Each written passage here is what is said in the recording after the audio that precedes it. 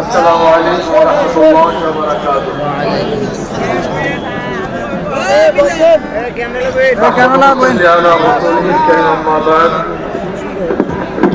أعوذ بالله من الشيطان الرجيم بسم الله الرحمن الرحيم وتلك الأيام نداولها بين الناس صدق الله العلي العظيم সবাই পড়ি সাল্লাল্লাহু আলাইহি ওয়াসাল্লাম। ইসলামী যুব আন্দোলন কর্তৃক আয়োজিত যুব কনভেনশনের সম্মানিত সভাপতি, মঞ্চ উপবিষ্ট আমাদের সেনেতাজ শ্রদ্ধাভাজন আমির হযরত ইসলামুল শরমুল জামান বরকাতুল আলিয়া, সর্বস্তরের নেতৃবৃন্দ, সকল স্তরের যুবক ভাইয়েরা আমার, আজকে আমাদের খুশিতে মন ভরে গেছে। মনে হয় যেন আজকে আসমানের ফেরেশতাগুলিও এই যুব কনভেনশনের উপস্থিতি দেখে তারাও খুশিতে আত্মহারা। যুবক যদি জাগ্রত হয় তাহলে সেই জাতি জাগ্রত হয়, যুবক যদি জাগ্রত হয় দেশ জাগ্রত হয়, যুবক যদি ভালো হয় সেই সমাজটা ভালো হয়ে যায়, যুবক যদি ভালো হয় তাহলে দেশটা ভালো হয়ে যায়। মনে রাখতে হবে ইসলামী যুব আন্দোলন রুহানিয়াতের সমন্বিত প্রয়াস, রুহানিয়াত ও জিহাদের সমন্বিত প্রয়াস, এই স্লোগান মনে রাখতে হবে। রুহানিয়াতকে বাদ দেওয়া যাবে না, রুহানিয়াতকে ধারণ করতে হবে। ইন্না সালাতি ওয়া নুসুকি ওয়া মাহইয়ায়া ওয়া মামাতি লিল্লাহি রাব্বিল আলামিন।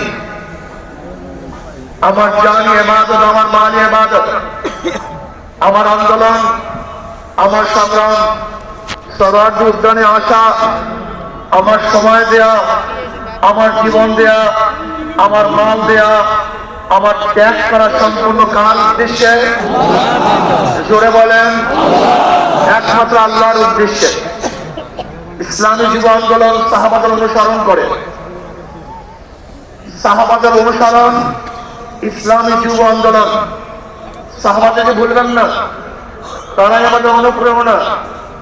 আমরা তাদের দেখানো পথে চলতে চাই, তাদের মহব্বত অন্তরে লালন করি, তাদের ভালোবাসতে জানি, তাদেরকে ভালোবাসতে জানি, তাদেরকে এত মহব্বত করি, আমাদের জীবনের চেয়ে সাহাবায়ে কেরাম থেকে বেশি মহব্বত করি। শুধু কি তাই, যারা সাহাবাদেরকে ঘৃণা করে, সমালোচনা করে, ওদেরকে আমরা মহব্বত করতে পারি না, ওদেরকে আমরা ভালোবাসতে পারি না। আমরা জনাব মুহাম্মদ রাসূলুল্লাহ সাল্লাল্লাহু আলাইহি ওয়াসাল্লাম আদর্শ গ্রহণ করে তার দেখানো নীতি আদর্শ বাস্তবায়ন করতে চাই। আমরা এর দোকানের আদর্শ বাস্তবায়ন করতে চাই না, আমরা মুর্শিদের আদর্শ বাস্তবায়ন করতে চাই না, আমরা মদিনাওয়ালার আদর্শ বাস্তবায়ন করতে চাই। আমি যুবকদেরকে বলবো, খবরদার সুন্নাতকে বাদ দিয়ে কোন আন্দোলন সংগ্রাম আমরা করতে চাই না। আমরা সুন্নাতকে ধারণ করে আন্দোলন সংগ্রাম করতে চাই। আমরা সুন্নাতকে জবাই দিয়ে তাকিয়ার নামে, আমরা কৌশলের নামে সুন্নাতকে জবাই দিতে চাই না, বরং আমরা চাই সুন্নাতকে সমন্বিত করতে, সুন্নাত অনুযায়ী চলতে। আমি বিশ্বাস করি ওয়ালা তাহিনু ওয়ালা তাহজানু ওয়া আনতুমুল আ'লাউনা ইন কুনতুম মুমিনিন। যদি আমাদের ঈমান মজবুত হয়, যদি ঈমানকে শক্তিশালী করতে পারি, তাহলে এমন আওয়াজ দেব আল্লাহু আকবারের ধ্বনিতে, যেরকম রাজা গৌর গমদের তখ্ত চাল ধ্বংস হয়ে গেছে, আমরা যদি আল্লাহু আকবারের ধ্বনি দিতে পারি, ঈমানের সাথে আল্লাহু আকবারের ধ্বনি উচ্চারণ করতে পারি, তাহলে বর্তমান দেশের যে সমস্ত তখ্ত চাল ভেঙে চুরমার হয়ে যাবে ইনশাআল্লাহ।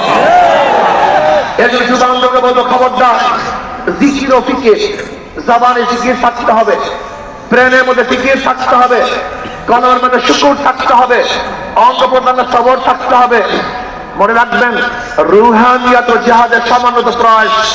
রুহানিয়াতকে বাদ দিয়ে কোনো জিহাদ আমরা চাই না। রুহানিয়াতকে বাদ দিয়ে জিহাদ করবেন, এটা জিহাদ হবে না, সন্ত্রাস হবে। কি হবে? সন্ত্রাস হবে। সেই জিহাদের সাথে রুহানিয়াত নাই, ওই জিহাদ জিহাদ না, বরং সন্ত্রাসবাদ হবে। ইসলামী ছাত্র আন্দোলন, ইসলামী যুব আন্দোলন, ইসলামী আন্দোলন বাংলাদেশ, তারা কি চায়? আল্লাহর জমিনে আল্লাহর হুকুমতের মাধ্যমে কল্যাণ রাষ্ট্র চায়। ইসলাম হুকুমত বাদ দিয়ে আমরা কল্যাণ রাষ্ট্র চাই না।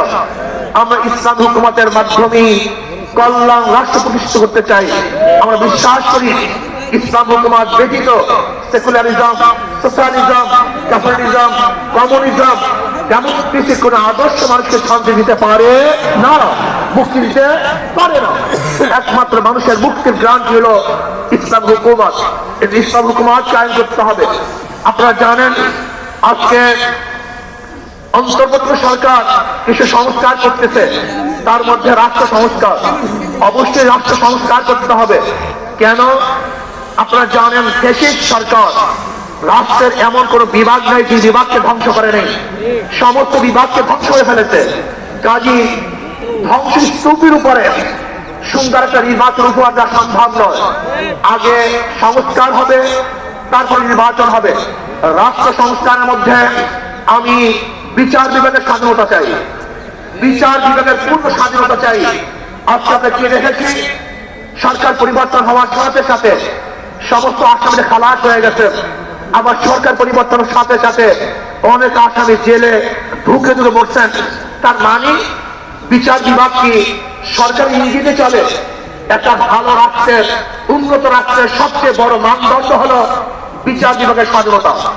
যেই রাষ্ট্রের মধ্যে বিচার বিভাগের স্বাধীনতা নাই, ওই রাষ্ট্র ভালো কল্যাণমুখী একটা রাষ্ট্র হতে পারে না।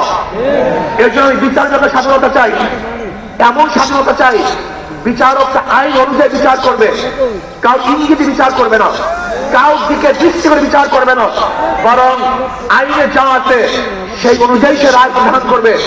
এমন স্বাধীনতা বিচার বিভাগটা থাকতেই হবে। এমনকি ওই চেন্নাইকে, চিটগের চেন্নাইকে সেও যদি বিচারের আওতা দিয়ে, সেও যদি আইনের আওতায় খালাস পায়, আমার কোনো আপত্তি নেই। কিন্তু আমিও যদি বিচারের আইনের মাধ্যমে জেলে থাকি, তাহলে আমার আপত্তি নেই। বিচার বিভাগকে স্বাধীন দিতে হবে, কাউ ইঙ্গিতে বিচার বিভাগকে চলতে পারে না। যদি বিচার বিভাগের স্বাধীনতা না থাকে, মান হাফেরা হুফেরা, তুমি যে গর্ত খুঁজবা সেই গর্তের মধ্যে একদিন তুমিই পড়বা। এখানে বিচার বিভাগের স্বাধীনতা চাই। নাম্বার 2, সংবিধান সংস্কার। আজকে দেখেছি সেখানে প্রায় 505টা আসন রাখা হয়েছে। আসন কম হোক বেশি হোক, কিন্তু সব জায়গায় নির্বাচনের ভিত্তিতে সংসদ সদস্য হতে হবে। মহিলাদের জন্য সংরক্ষিত আসন 100, এটা আমরা মানি না। যে সংরক্ষিত আসন মহিলাদের জন্য রাখা হয়, এটা মহিলাদের সাথে বৈষম্য করা হয়, তাদেরকে দুর্বল ভাবা হয়। আমরা তো কোঠার বিরুদ্ধে আন্দোলন করেছিলাম। যদি আমার মহিলাদের জন্য কোঠা রাখা হয়, তাহলে আমরা আন্দোলন সাকসেস হই নাই। আমরা বলবো মহিলারা সরাসরি নির্বাচন করবে, নির্দিষ্ট কোনো কোঠা আমরা চাই না। কোন মহিলাদের জন্য নির্দিষ্ট কোঠা থাকবে না, তারা নির্বাচন সরাসরি করবে। কাজী আমি অন্তর্বর্তী সরকারকে বলবো, মহিলাদের জন্য কোনো নির্দিষ্ট আসন ইসলামী আন্দোলন বাংলাদেশ এটা আমরা মানতে পারি না, এইটা আমরা চাই না। আমরা চাই দ্বিকক্ষ বিশিষ্ট হোক, এককক্ষ বিশিষ্ট হোক, পিয়ার সিস্টেমে নির্বাচন হবে, সংখ্যানুপাতিক নির্বাচন হবে। যদি সংখ্যানুপাতিক নির্বাচন না হয়, পিয়ার সিস্টেমে নির্বাচন না হয়, তাহলে আবারও কালো টাকা সরাসরি হবে, বেশি শক্তি ব্যবহার করা হবে, মানুষের ভোট অধিকার প্রয়োগ করতে পারবে না, আমাদের আন্দোলন ব্যর্থ হবে। আজকে জুলাই বিপ্লবে ইসলামী আন্দোলন কি ভূমিকা ছিল আপনারা জানেন। 5ই জুলাই বরিশাল আমরা ঘোষণা দিয়েছিলাম যে ছাত্রদের বৈষম্য বিরোধী আন্দোলনের সাথে আমরা সম্পৃক্ত। শুধু কি তাই, সেখান থেকে শুরু করে এমন কোন আন্দোলন নাই, সংগ্রাম নাই যেখানে আমরা মাঠে ছিলাম না। আমরা জীবনের মায়া ত্যাগ করে রাস্তায় ঝাঁপ দিয়ে পড়েছিলাম। আমি বিশ্বাস করি ইসলামী আন্দোলন বাংলাদেশ যেইভাবে দলীয় ব্যানারে বৈষম্য বিরোধী আন্দোলন অংশগ্রহণ করেছে, বাংলাদেশের অন্য কোনো সংগঠন দলীয় ব্যানারে এই আন্দোলনে সম্পৃক্ত ছিল না। শুধু তাই, ইসলামী আন্দোলন বাংলাদেশের যারা শীর্ষস্থানীয় লিডার নেতা তারাই মাঠে ছিল, কিন্তু যারা বৈষম্য বিরোধী আন্দোলনের বিরোধিতা করেছে, বলেছে যে এই সংগ্রামের সাথে আন্দোলনের সাথে আমরা সম্পৃক্ত নাই, তারা যদি আজকে নতুন ভাবে ক্ষমতা যাওয়ার স্বপ্ন দেখে, এদেশের জনগণ সেই স্বপ্ন পূরণ হতে দেবে না। সংস্কারের পরেই নির্বাচন হবে। আজকে সংস্কার করতে যারা বাধা সৃষ্টি করেছেন, আমি বলবো দীর্ঘ 16 বছর কোথায় ছিলেন? রাত রাত ছেড়েই বলবো, দিনটা আপনারা কোথায় ছিলেন? প্রতিবার ঈদের কথা বলেছেন, ঈদের পরে আমরা আন্দোলন করব, ঈদের পরে সংগ্রাম করব, ঈদের পরে সেইটা করব। হাজার ঈদ চলে গেছে, আপনারা আন্দোলন করতে পারেন নেই। কিন্তু ছাত্র জনতা আজকে আন্দোলনের ভিত্তিতে যে অর্জন করেছে, সেই অর্জনকে ধ্বংস করার চক্রান্ত করতেছেন। সেই বৈষম্যের বিরুদ্ধে আন্দোলন করেছিলাম, চাঁদার বিরুদ্ধে আন্দোলন করেছিলাম, দুর্নীতির বিরুদ্ধে আন্দোলন করেছিলাম, ধর্ষণের বিরুদ্ধে আন্দোলন করেছিলাম, অবৈধ হত্যার বিরুদ্ধে আন্দোলন করেছিলাম, মানুষের স্বাধীনতার জন্য আন্দোলন করেছিলাম, মানুষের মুক্তির জন্য আন্দোলন করেছিলাম। কিন্তু আমরা কি দেখলাম? 5ই আগস্টের পরে আবারও চাঁদাবাজি, আবারও দখলদারি, আবারও দুর্নীতি। না, বাংলাদেশের মানুষ এই চাঁদাবাজি আর দেখতে চায় না, দুর্নীতি আর দেখতে চায় না। যারা 53 বছর পর্যন্ত বাংলাদেশকে 5 বার দুর্নীতি চ্যাম্পিয়ন করেছে, ওই সমস্ত দলকে বাংলাদেশের জনগণ আর ক্ষমতা দেখতে চায় না। বাংলাদেশের জনগণ কি ক্ষমতা দেখতে চায়? ইসলামকে ক্ষমতা দেখতে চায়। বাংলাদেশের জনগণ ইসলামী আদর্শের মানুষকে ক্ষমতা দেখতে চায়। যারা খাঁটি ইসলাম, মদিনার ইসলাম নিয়ে সামনে অগ্রসর হবে, বাংলাদেশের মানুষ তাদেরকে গ্রহণ করবে। মদিনার ইসলামের বাহিরে কোন নব ইসলামকে বাংলাদেশের গ্রহণ করবে না ইনশাআল্লাহ। ভাই আমার, আসল ইসলাম হুকুমাতের জন্য আমাদের সাধনা করতে হবে, চেষ্টা করতে হবে। আমাদের আন্দোলন এখনো সমাপ্ত হয় নাই, আমাদের সংগ্রাম শেষ হয় নাই, আমাদের যুদ্ধ এখনো শেষ হয় নাই। বেশিরভাগের বিরুদ্ধে আন্দোলন করেছিলাম, এখন চাঁদাবাদের বিরুদ্ধে আন্দোলন করতে হবে, দখলদারের বিরুদ্ধে আন্দোলন করতে হবে, যারা দুর্নীতিবাজ তাদের বিরুদ্ধে আন্দোলন করতে হবে, যারা ডাকাত তাদের বিরুদ্ধে আন্দোলন করতে হবে, যারা দেশকে ধ্বংস করার চক্রান্ত করতেছে তাদের বিরুদ্ধেও আর একবার আন্দোলন করতে হবে। আজকে ভারত আমাদের দেশকে দখল করার চক্রান্ত করতেছে। আমি ভারতকে বলবো, আপনি আমাদের দেশ দখল করার চক্রান্ত করতেছেন, আমাদের দেশের দিকে চক্ষু তুলছেন, আঙ্গুল উঁচা করছেন। আপনি জানেন বাংলাদেশের অবস্থাটা কি? আমরা জীবনভর লড়াই করি, বেঁচে আছি, লড়াই করি, পারবো ইনশাআল্লাহ। আমরা জীবনভর লড়াই করেছি, আরো লড়াই করব, লড়াই করতেই থাকবো। যতদিন পর্যন্ত হুকুমত না কায়েম হবে ততদিন পর্যন্ত ইনশাআল্লাহ মাঠে থাকবো, ময়দানে থাকবো। প্রিয় ভাইয়ের আমার, আগামী নির্বাচন আসতেছে, নহে সমাপ্ত কর্মমদের অবকাশ নেই ইসলামের।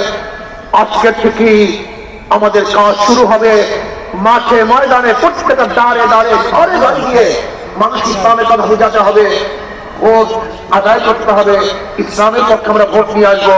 আল্লাহ আমাকে এবং আমাদের সবাইকে ইসলাম হুকুমত কায়েম করার চেষ্টা করার এবং সর্বোচ্চ ত্যাগ করার তৌফিক দান করেন। যুব কনভেনশন শুকরিয়া আদায় করছি, যারা আয়োজন করতেন সবাইকে ধন্যবাদ জ্ঞাপন করছি। আসসালামু আলাইকুম ওয়া রাহমাতুল্লাহি ওয়া বারাকাতুহু।